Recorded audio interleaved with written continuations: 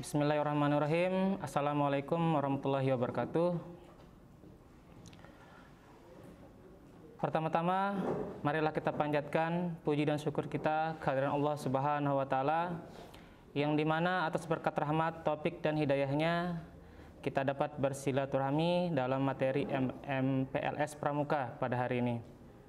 Salawat dan salam tetap kita aturkan kepada junjungan alam kita Nabi besar Muhammad SAW, karena berkat jasa beliaulah kita bisa menikmati Islam seperti sekarang ini. Sebelum saya menyampaikan materi, terlebih dahulu saya mengucapkan banyak terima kasih ya atas kesempatan yang diberikan kepada kami untuk menyampaikan materi. Dan saya juga menyampaikan selamat ya kepada para peserta didik baru ya, karena sudah bergabung di sekolah kita yang tercinta ini, SMKN Negeri 2 Mataram. Oke. Terlebih dahulu kami akan menyampaikan mengenai materi MPLS Pramuka. Oke. Mungkin para siswa-siswi sudah lebih tahu ya mengenai istilah pramuka ya. Kata pramuka merupakan singkatan dari Praja Muda Karana, yang memiliki arti orang muda yang suka berkarya. Oke. Pramuka merupakan sebutan bagi anggota gerakan pramuka yang meliputi yang pertama, pramuka siaga yang usianya 7 tahun sampai dengan 10 tahun. Kemudian yang kedua, pramuka penggalang yang usianya 11 sampai 15 tahun. Kemudian yang ketiga, pramuka penegak yang usianya 16 ya sampai 20 tahun.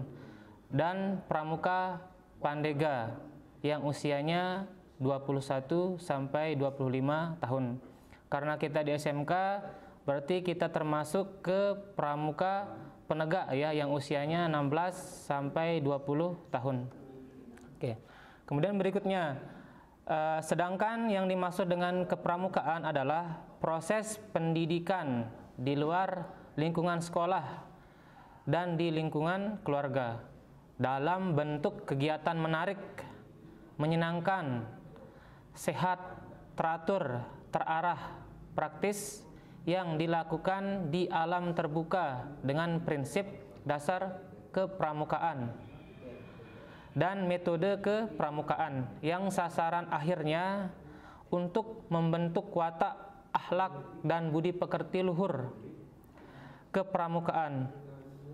Kemudian berikutnya, kepramukaan adalah sistem pendidikan kepanduan yang disesuaikan dengan keadaan, kemudian kepentingan, kemudian perkembangan masyarakat, bangsa dan negara. Nah, perlu siswa-siswi ketahui bahwa pramuka khususnya ya di Indonesia ini sudah mulai ada ya sejak tahun 1923. Oke, Bapak Pramuka namanya adalah Baden Powell ya.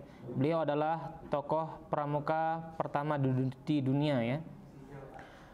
Kemudian berikutnya, perlu siswa-siswi ketahui bahwa gerakan pramuka ini punya tujuan ya.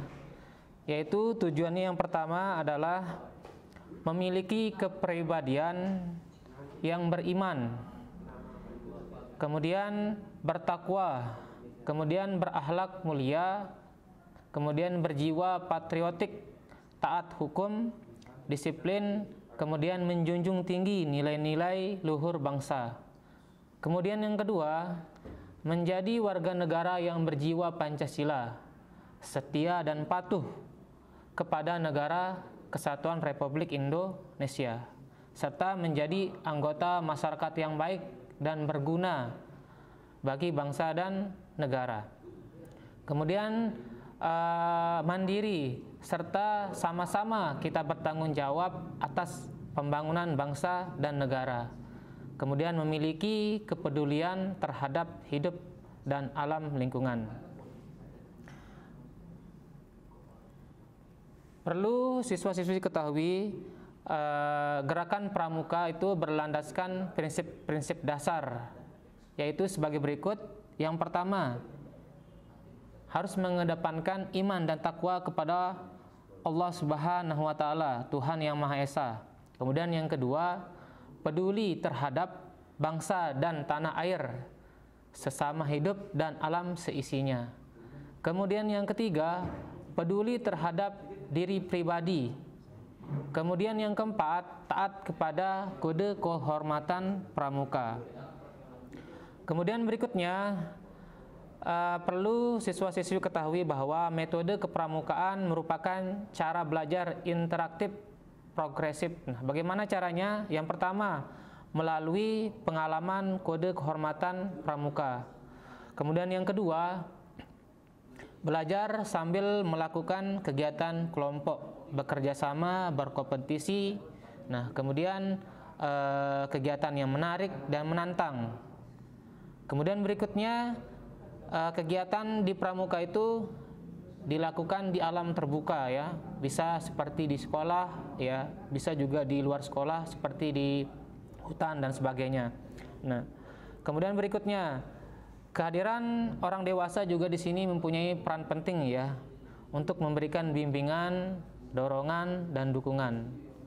Kemudian berikutnya, di sini kita juga perlu menumbuhkan ya kecakapan, kemudian kesantunan ya, terutama kepada para pelatih ya, kepada para pembina, kepada para alumni ya. Kemudian berikutnya,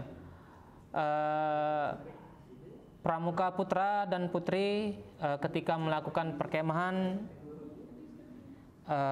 itu dipisah ya ketika tidurnya. Jadi dibagi ruangannya, tidak bersama-sama seperti itu ya.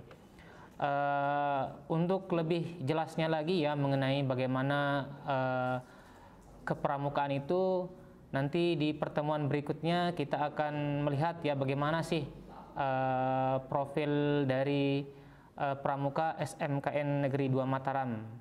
Oke, mungkin hanya ini yang bisa saya sampaikan. Semoga bermanfaat. Mudah-mudahan apa yang saya sampaikan pada pertemuan hari ini ada hikmahnya. Terakhir, salam pramuka. Sekian, assalamualaikum warahmatullahi wabarakatuh.